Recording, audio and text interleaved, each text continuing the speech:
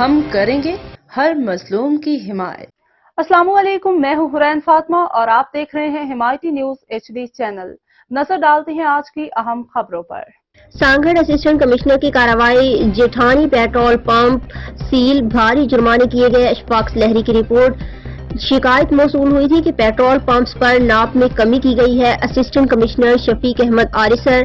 Sanghar assistant commissioner شفیق احمد آریسر نے deputy commissioner Imran الحسن خواجہ کے احکامات پر شہر کے مختلف پیٹرول پمپوں پر چھاپہ مار کارروائی کی۔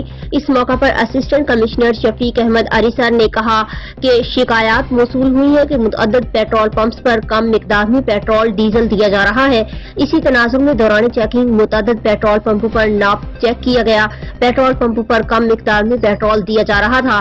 ان کا مزید کہنا تھا کہ جیٹھانی پیٹرول پمپ کو سیل کر کے 50,000 روپے جرمانہ کیا گیا ہے، جبکہ اٹک پیٹرول پمپ پر 50,000، سلہری پیٹرول پمپ 30,000 روپے اور گوکھلانی پیٹرول پمپ کو 30,000 روپے جرمانہ کرتے ہوئے وارننگ بھی دی گئی۔ اسسٹنٹ کمشنر کا کہنا تھا چیکنگ کا سلسلہ بلا تعطل جاری رہے گا۔